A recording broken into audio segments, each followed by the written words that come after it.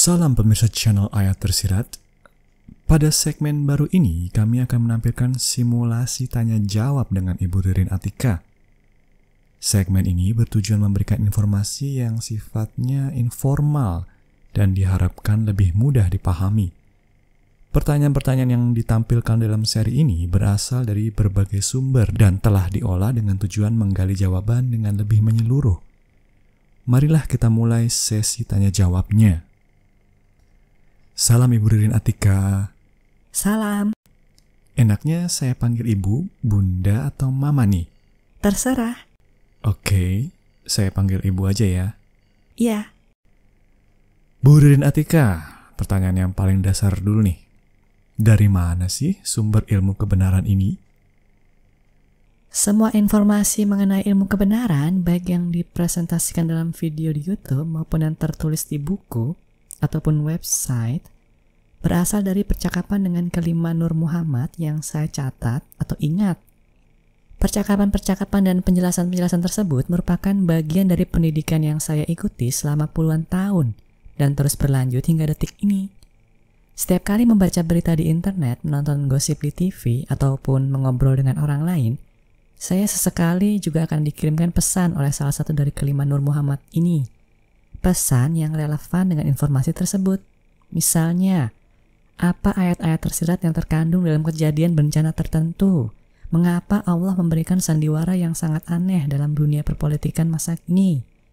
Apa pesan yang berusaha disampaikan melalui kemalangan tersebut? Kemalangan di sana, kemalangan di sini. Begitu seterusnya. Saya kemudian mengumpulkannya dan apabila sudah diperintahkan akan mempresentasikannya dalam berbagai bentuk, termasuk dalam video di YouTube maupun tulisan di website. Untuk gambaran yang lebih lengkap mengenai hal ini bisa dibaca di buku Menuju Sadar Kepada Allah 1 yang sudah saya tulis. Adakah referensi tertulis dari masa lalu tentang ilmu kebenaran ini? Nggak ada. Ilmu kebenaran ini merupakan ilmu yang baru bisa diberikan pada manusia setelah malaikat muqarrabin turun ke alam semesta. Dan ini turunnya emang masih relatif baru-baru aja. Nenek moyang kita di masa lalu belum dapet lah informasinya. Sebagian dari mereka, leluhur kita yang dekat dengan alam gaib atau memang tinggal di alam gaib, bahkan maksimal hanya dapat kabar burung mengenai ilmu ini. Jadi, informasi yang sudah dan akan kita bahas di sini sebenarnya sangatlah eksklusif. Maksudnya apa, Bu? Ketika kita bicara manusia masa lalu, kamu kan mengacu pada catatan tertulis yang ditinggalkan manusia yang hidup di masa lalu kan? Kalau saya nggak hanya mengacu pada peninggalan tersebut, tapi juga termasuk roh-roh manusia yang saat ini sedang berada di alam fana atau yang terjebak di alam nyata di sekitar kita, tapi kita nggak bisa lihat. Mereka kebanyakan juga sama sekali nggak tahu informasi mengenai Nur Muhammad. Kasarnya, mereka ibarat orang awam yang tidak tahu urusan tingkat tinggi yang melibatkan dan akan berpengaruh kepada seluruh penghuni kosmos ini. Mereka hanya tahu gosip-gosip yang tersebar dari mulut ke mulut. Gak sulit kok dibayangin sebenarnya. Lihat aja sekarang betapa mudahnya hoax, informasi yang salah serta fitnah bersebaran di dunia maya. Sebagian besar bahkan sudah dianggap sebagai kebenaran oleh masyarakat. Hal semacam ini bukanlah hal yang baru, melainkan sudah sering terjadi meskipun di dunia yang berbeda. Silakan menonton video yang berjudul Ensiklopedia Ujian Kehidupan halaman 1, Dunia Nyata dan Dunia Maya, untuk keterangan lebih lanjut. Dan kita juga akan bahas lagi dengan lebih detail perkara ini di video-video selanjutnya. Intinya begini. Saya tahu persis bahwa semua informasi yang saya sampaikan di sini sangat sulit untuk dipercayai. Tapi itu sebenarnya bukanlah masalah. Kamu boleh percaya atau enggak, terserah. Gak akan ada yang maksa kok kamu untuk percaya.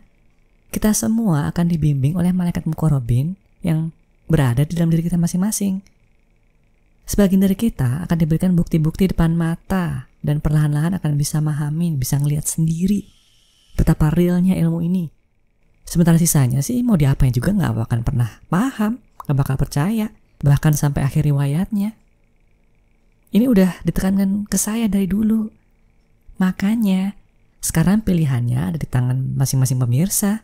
apakah mau menganggap semua informasi dalam ilmu kebenaran ini bermanfaat atau enggak. Kalau bermanfaat, maka silakan diambil manfaatnya dan laksanakan, gunakan dalam menghadapi tantangan kehidupan.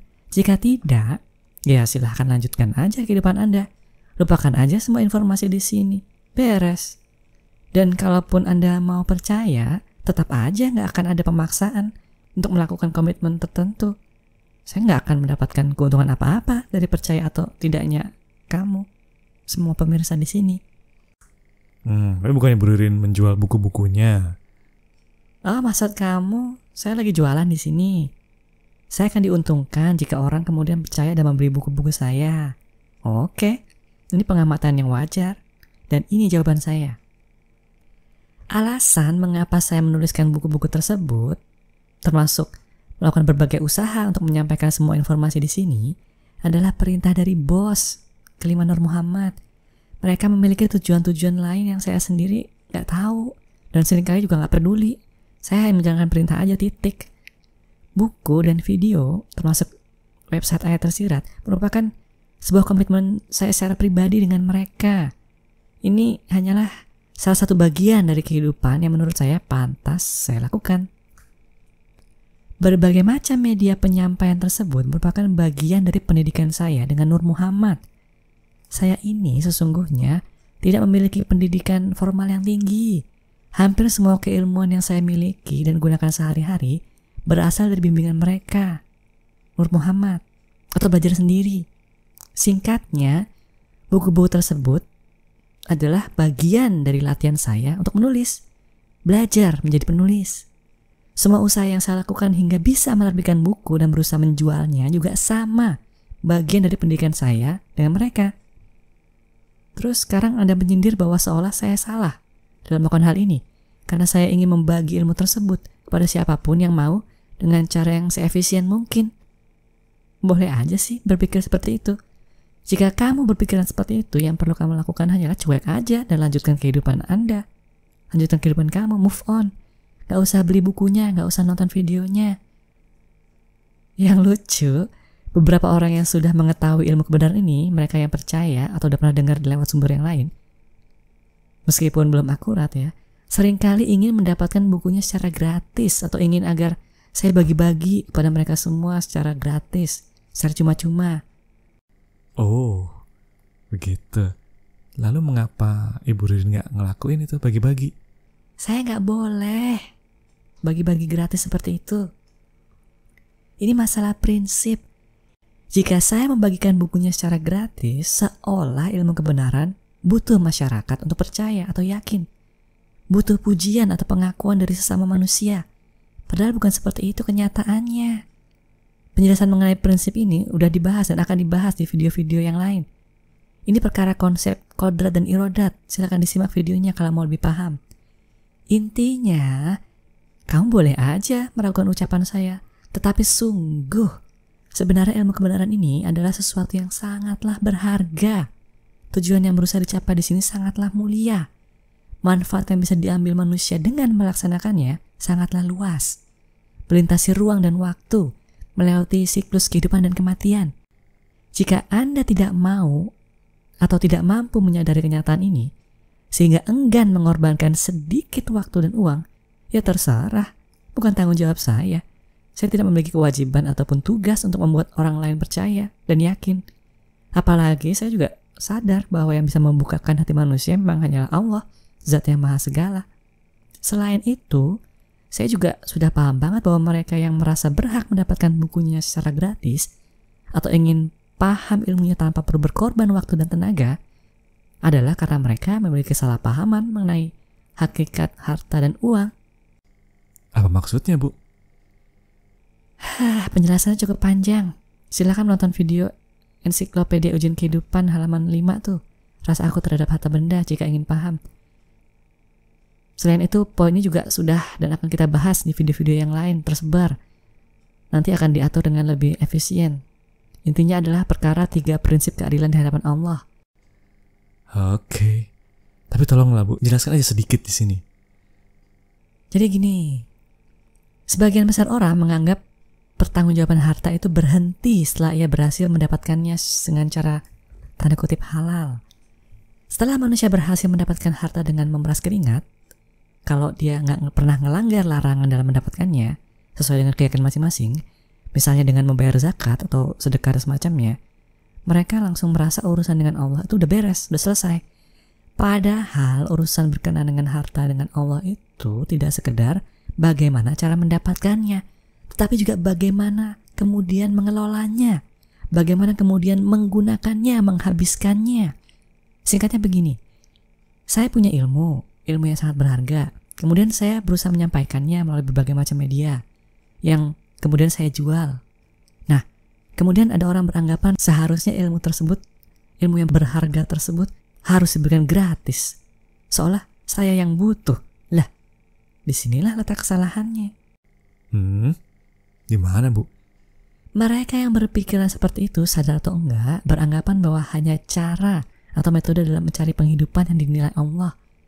Padahal pilihan apakah mereka mampu mengenali pengeluaran mana yang bermanfaat buat dirinya sendiri dan atau orang lain di sekitarnya, buat masa depannya sendiri, dan mana pengeluaran yang sekedar cari pujian atau supaya merasa suci. Pilihan ini untuk bisa menemukan perbedaan di antaranya juga ibadah yang dinilai di hadapan Allah. Coba kamu pikir, bandingkan harga buku yang saya jual dengan pengeluaran-pengeluaran lain kamu. Berapa banyak uang yang dihabiskan buat dipuji orang lain, supaya dibilang keren, soleh, cantik, kaya, atau apa aja deh yang biasa orang kejar. Gak sebanding lah, jomplang. Buku ini sangat murah banget. Makanya saya ketawa aja kalau melihat orang-orang yang begitu gigih mengejar kekuasaan, kesaktian, ataupun kekayaan sampai mengorbankan segala hal. Mereka menganggap dengan tercapainya 3 akal tersebut, dengan mendapatkan pujian dari pengakuan dari masyarakat, dengan mendapatkan pengikut dan kekuasaan, itu berarti mereka sudah dirahmati oleh Allah. Padahal itu baru sebagian dari prosesnya. Salah besar kalau mereka berpikir seperti ini. Bagaimana cara mereka menggunakan 3 K tersebut, kekuasaan, kesaktian, kekayaan, justru merupakan ujian kehidupan yang paling susah dan sangat jarang orang yang mampu lulus dengan nilai yang mencukupi, yang memenuhi standar. Jadi gak usah khawatir lah dengan kenyataan bahwa saya menerima penghasilan dari penjualan buku ini atau media-media ilmu kebenaran ini. Saya juga tetap harus mempertanggungjawabkan bagaimana akan mengelola dan menggunakannya nanti di hadapan Allah. Prinsip ini salah satu yang paling penting untuk dipahami supaya kita semua bisa benar-benar melaksanakan ilmu kebenaran. Ngerti nggak sampai sini? Ngerti, Bu. Dan nantinya akan kita bahas lebih detail lagi kan? Betul. Oke. Terima kasih atas jawabannya, Ibu Ririn Atika. Begitulah pemirsa, jika ingin informasi lebih lanjut, silakan melihat video-video yang lain, baik sebelumnya atau setelahnya, atau baca bukunya, atau browsing juga di Fitrapedia di ayattersirat.com. Saya tutup segmen tanya jawab kali ini. Terima kasih atas perhatiannya. Wassalam.